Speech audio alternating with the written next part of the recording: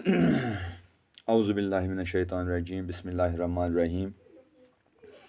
Assalamu alaikum, dear students. Today, our topic is land resource. जैसे आप सबको मालूम है कि हमारा जो चैप्टर है दैट इज़ रिसोर्सेज हमने डेफिनेशन हाईलाइट किए, या रिसोर्स प्लानिंग हमने पढ़ा, या कंजर्वेशन ऑफ रिसोर्सेज पढ़े, या सस्टेनेबल डेवलपमेंट पढ़ा। अब जो हमारा ये चैप्टर है ये थोड़ा हमारा अब रिसोर्सेज जो हम क्लासिफाई करने जा रहे हैं, जैसे लैंड रिसोर्स है, बाकी रिसोर्स हैं, वो एक एक करके हमें अब डिस्कस करना है। अब तक जो हम पढ़ रहे थे बेटा, वो हम पढ़ रहे थे रिसोर्स क्या है, प्लानिंग क्या है, वो हमने डिस्कस किया। जो आज हमारा टॉपिक है that is land resource. Land एक रिसोर्स है। ये इसके हम यूजेस पढ़ेंगे, इसका कुछ लिमिटेशन है, और ये डिस्ट्रीब्यूशन कैसे होती है, लैंड डिस्ट्रीब्यूशन क्या है, एंड लैंड यूटिलाइजेशन क्या है। तो let we start the land as a resource as you know, जो हमने पहले मेंशन किया है, विच सेटिस्फाई आवर नीड्स, जो हमने डिस्कस किया। तो एक रिसोर्स के साथ हम शुरू होते हैं आज हमारा topic that is land resource uses. तो लैंड रिसोर्स को हम कहेंगे, लैंड जो है ये एक रिसोर्स है, इस पे हम क्या करते हैं। तो बेटा आप देख सकते हो मैंने यहाँ पे लिखा है यूजेस इसका, it supports natural vegetation, wild life, human life, economic activities, transports and communication system. तो इसका मतलब है जो भी हम एक्टिविटी करते हैं, जो भी हमारी एक्टिविटी होती है, चाहे वेजिटेशन की होती है, या वाइल्ड लाइफ एक्टिविटीज़ होती है, या ह्यूमन लाइफ की एक्टिविटीज़ होती है, या इकोनॉमिकल एक्टिविटी हम करते हैं, या ट्रांसपोर्ट सिस्टम होता है, या कम्युनिकेशन सिस्टम होता है, ईच एंड एवरी सिस्टम जो है, ये यहाँ पे जो भी यहाँ पे मैंने पॉइंट मेंशन किया, इट सेटिस्फाई आवर नीड्स। हम इकोनॉमिकल एक्टिविटी करेंगे, या हम ट्रांसपोर्ट सिस्टम की एक्टिविटी करते हैं, या हम कोई और एक्टिविटी करते हैं, या वेजिटेशन की एक्टिवेशन करते हैं, जिससे हमें सेटिस्फिकेशन मिलती है, हमारी नीड्स फुलफिल होती है। ये तब तक पॉसिबल नहीं है जब तक न हमारे पास लैंड अवेलेबल है। आप घर में बैठे हो इस वक्त, आप वीडियो क्लास देख रहे हो, जहाँ पे आप देख रहे हो वो आपका मकान है, वहाँ पे भी हमें लैंड की ज़रूरत थी, तो आज आप ये काम कर सकते हो, आप वीडियो दे सकते हो। तो हम सिंपल टर्म्स में कहेंगे, जितना भी हमारा लैंड है, जो भी लैंड अवेलेबिलिटी है, जो ये लैंड रिसोर्स है, it is important for us. किस लिए इम्पॉर्टेंट है, जो मैंने मेंशन किया, फॉर द सपोर्टिंग ऑफ, यहाँ पे मैं अंडरलाइन ये करूँगा, वेजिटेशन, वाइल्ड लाइफ आप देख लीजिए, ह्यूमन लाइफ देख लीजिए, इकोनॉमिक एक्टिविटीज़ देख लीजिए, या ट्रांसपोर्ट या कम्युनिकेशन सिस्टम देख लीजिए। तो हम कहेंगे लैंड एज एन इम्पॉर्टेंट। अगर आपका क्वेश्चन आएगा कि लैंड एज ए रिसोर्स, आप इसको डिस्कस कीजिए, ये क्या रिसोर्स है, तो आप इसके यूजेस हाईलाइट कर सकते हो। सेकंड, एक लिमिटेशन है इसका, एक थोड़ी सी डिमेरिट है इसका, दैट इज जो मैंने यहाँ पे एक सेंटेंस में लिखा है, land is an asset, it is asset, ASSET, land is an asset of finite magnitude. इसका मतलब आप समझ लीजिए कि हमारे पास लिमिटेड जो ये लैंड है, इट इज़ लिमिटेड। अगर ये हम नहीं कहेंगे कि हमारे पास सोलर एनर्जी है या कुछ है, लेकिन लैंड जो है ये लिमिटेड है। ये हम अपनी आंखें बंद नहीं कर सकते हैं कि यहाँ पे इतनी लैंड है, आंखें बंद करने के बाद बढ़ जाएगी, नहीं। तो इसका लिमिटेशन बन जाएगा कि जो लैंड है ये हमारे पास बिल्कुल लिमिटेड है, ये बिल्कुल कम है, और हमें इस पर डिफरेंट एक्टिविटीज़ करनी है। और इंडिया में जो लैंड है ये डिस्ट्रीब्यूट हुआ है इनटू द डिफरेंट, जो मैंने यहाँ पे मेंशन किया है डिस्ट्रीब्यूशन ऑफ लैंड, कि लैंड डिस्ट्रीब्यूट हुआ है इनटू द 3 मेन पार्ट्स में। द फर्स्ट पार्ट जो यहाँ पे मैंने आपको आप देख सकते हो अच्छे से, जो यहाँ पे मैंने मेंशन किया है कि एक पार्ट हमारा इंडिया का लैंड है जो प्लेन्स है। आप देख सकते हो प्लेन्स, 43% हमारी लैंड जो है वो प्लेन्स है। 30% लैंड जो हमारा है वो बेटा माउंटेन्स है, एंड 27% जो लैंड है वो बेटा प्लेट्यूज है।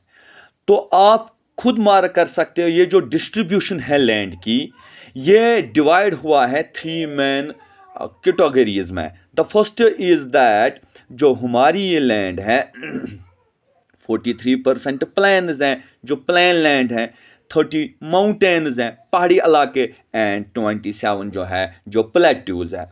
तो यहाँ से थोड़ा सा मैं आपको कहूँगा कि जो प्लेन्स हैं यहाँ पे भी हमारी एक्टिविटीज़ हैं, जो माउंटेन्स हैं वहाँ पे भी वो भी इम्पॉर्टेंट है, एंड जो प्लेट्यूज है वो भी इम्पॉर्टेंट है। यहाँ पे हम ये इसको इलाबरेट नहीं करेंगे क्योंकि प्लेन्स, प्लेट्यूज एंड माउंटेन जो है ये इलाबरेटली हमारा एक टॉपिक है, उस वक्त ये हम डिस्कस करेंगे। इस वक्त हमारा लैंड रिसोर्स है। तो मैंने डिस्ट्रीब्यूशन बता दी, ये डिस्ट्रीब्यूट हुआ है 3 हिस्सों में, जो प्लेन्स हैं, माउंटेन्स हैं, प्लेट्यूज है। ऑब्जेक्टिव आ सकता है कि इंडिया में सबसे ज़्यादा किस पार्ट की अवेलेबिलिटी ज़्यादा है, तो आप प्लेन्स लिख सकते हो, 43% है, सेकंड पे है माउंटेन्स एंड थर्ड पे है प्लेट्यूज। उसके बाद है बेटा लैंड यूटिलाइजेशन। हम लैंड को कैसे यूटिलाइज करते हैं, यूटिलाइजेशन में हम लैंड को कैसे यूटिलाइज करते हैं। पहले हम कहेंगे लैंड यूटिलाइजेशन क्या होता है। What is land utilisation? The use of land, जो हमारे पास ये लैंड है। फॉर एग्जाम्पल आप यहां से फिर आइए, for example this is the land, this is the land, यहां पे मैं हाईलाइट करूं, for example this is the land. यहां पे मैं थोड़ा सा आपको बताऊंगा, दिस इज द लैंड, यहां पे मैं लूंगा। अगर ये हमारी लैंड है तो ये यूटिलाइज हम करते, इस्तेमाल कैसे करते हैं, तो मैंने लिखा है the use of land for various purposes. हम इस लैंड को डिफरेंट पर्पज के लिए इस्तेमाल करते हैं। डिफरेंट, अगर आप मुझे कह सकते हो बताइए मुझे किस पर्पज के लिए, तो यहां पे मैंने लिखा है पर्पज क्या है, आप देख लीजिए, इकोनॉमिक एक्टिविटीज है, ट्रांसपोर्ट है, कम्युनिकेशन सिस्टम है, बाकी है, वही यहाँ पे है। तो हम अपनी लैंड को यूटिलाइज करते ही डिफरेंट पर्पस के लिए। तो डिफरेंट पर्पस के लिए जब हम लैंड को इस्तेमाल करते हैं उसको लैंड यूटिलाइजेशन हम कहेंगे। तो फॉर एग्जांपल अगर मैं यहाँ पे लिखूंगा कि एक लैंड यूटिलाइजेशन, फॉर एग्जांपल हमारा लैंड अवेलेबिलिटी जिसमें बेटा यहाँ पे मैंने लिखा है फॉरेस्ट्स है, या मैं लिखूंगा यहाँ पे दैट वेरी लैंड, यहाँ पे मैंने लिखा लैंड नॉट अवेलेबल। आप समझ लीजिए मैं क्या कह रहा हूं, नॉट अवेलेबल। यह हमें फिर इसका बिल्कुल डेफिनेशन बतानी है, वो नेक्स्ट टाइम हमें बताएंगे। मैं यहाँ पे क्लियर करूंगा आपको कुछ एग्जांपल के साथ land utilisation. Land not available for cultivation, land not available for cultivation. For example this is the land, land utilisation के लिए हमने डिफरेंट पर्पज के लिए लैंड इस्तेमाल करते हैं, फॉरेस्ट्स है, या आप ऐसे भी कह सकते हो कि एग्जाम्पल कि जहां पे हम खेती बाड़ी करते हैं, नेट सून एरिया, वो भी हम डिस्कस करेंगे इसमें।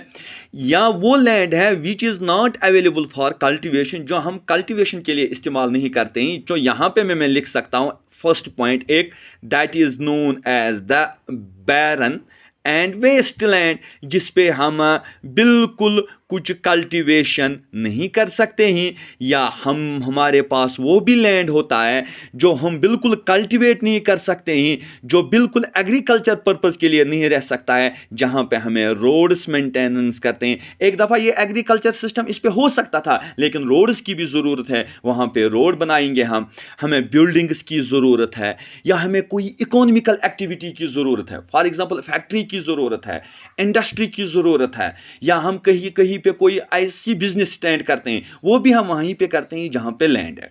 तो हम यहां पे इसको इस तरीके से मेंशन कर सकते हैं बेटा कि जो लैंड यूटिलाइजेशन है, कि हम लैंड को नेट सून एरिया में भी देख सकते हैं, हम लैंड को उस लेवल पे देख सकते हैं जहां पे हम कल्टीवेशन नहीं करते हैं। जब हम वहां पे कल्टीवेशन नहीं करते हैं तो वहां पे हम डिफरेंट अदर पर्पसेस के लिए वो इस्तेमाल करते हैं, जैसे हमारा बेरन एंड वेस्ट लैंड है, वो लैंड जिस पे हम कुछ एग्रीकल्चर सिस्टम नहीं कर सकते हैं, या कोई इकोनॉमिकल पर्पस के लिए हम लैंड इस्तेमाल कर सकते हैं। और बहुत कुछ ऐसा है लैंड हमारे पास अवेलेबल होता है, जैसे मैं कहूँगा जो हम फॉर द पर्पस, जिस पर जो लैंड है लेकिन वहाँ पे भी कल्टीवेशन नहीं कर सकते हैं, जिसको हम कहेंगे परमानेंट पैस्चर या ग्रेजिंग लैंड हम कहेंगे, या हम अदर कहेंगे दैट वेरी लैंड जो डिफरेंट पर्पस के लिए इस्तेमाल करते हैं हम, लेकिन हमें उसमें एग्रीकल्चर सिस्टम नहीं हो सकता है। और उसके बाद नेट सून एरिया है, वो लैंड है जिस पे हम एग्रीकल्चर पर्पस के लिए इस्तेमाल कर सकते हैं, वेजिटेशन कर सकते हैं, एग्रीकल्चर, हॉर्टिकल्चर, डिफरेंट। वो इंशाल्लाह हम नेक्स्ट पे डिस्कस करेंगे कि ये लैंड यूटिलाइजेशन की एक बिल्कुल हम क्लासिफिकेशन करेंगे, नेट सोन एरिया से, अनकल्टिवेटेड लैंड से, बैरन लैंड क्या होता है, वेस्ट लैंड क्या होता है, बिल्डिंग्स कहाँ पे बन सकती है, और फॉरेस्ट कौन से एरियाज हैं, वो हम इंशाल्लाह नेक्स्ट में डिस्कस करेंगे। तो यहाँ पे आप इतना फिलहाल याद रख लीजिए, लैंड रिसोर्स जो है ये एक ऐसा रिसोर्स है जो हमारे लिए इम्पॉर्टेंट है, जिसमें हम डिफरेंट एक्टिविटीज़ करते हैं, बहुत नेचुरल वेजिटेशन होता है, wild life activities, human activities, economical, transport, communication. और मैंने यहाँ पे बता दिया जो क्लासिफिकेशन है, डिस्ट्रीब्यूशन है हमारे इंडिया की लैंड की, वो डिवाइड हुआ है 3 मेन ग्रुप्स में। One that is the plains, that is the second is mountains, and third is plateaus, जो सबसे ज़्यादा है दैट इज़ द प्लेन्स। उसके बाद है land utilisation, the use of land for various purpose is known as land utilisation, जो थोड़ी सी मैंने एग्जांपल आपको बता दी। आप फिलहाल लैंड यूटिलाइजेशन तक याद रख लीजिएगा, कल हम इसकी बिल्कुल क्लासिफिकेशन करेंगे, और बाज़ाब्ता तौर पे एक प्रैक्टिकल सिचुएशन में आपको दिखाऊंगा कि माउंटेन्स किस तरीके का होता है, और प्लेट्यूज किस तरीके के होते हैं, और प्लेन्स किस तरीके के होते हैं। वो बिल्कुल मैं आपको एक फिगर्स बनाऊंगा, और एक्यूरेट फिगर होगा, जिससे आपको खुद आप अंदाज़ा कर सकते हो कि ये प्लेट्यू किस तरीके का होता है, प्लेन किस तरीके का होता है, एंड माउंटेन, उसके बाद वो क्लासिफिकेशन। और थोड़ा सा यहाँ पे आपको असाइनमेंट, थोड़ी सी डिफरेंस आपको बतानी है, what is difference between barren land and waste land. बाकी इंशाल्लाह वो हम कल डिस्कस करेंगे। खुदा हाफिज़, may God bless you all.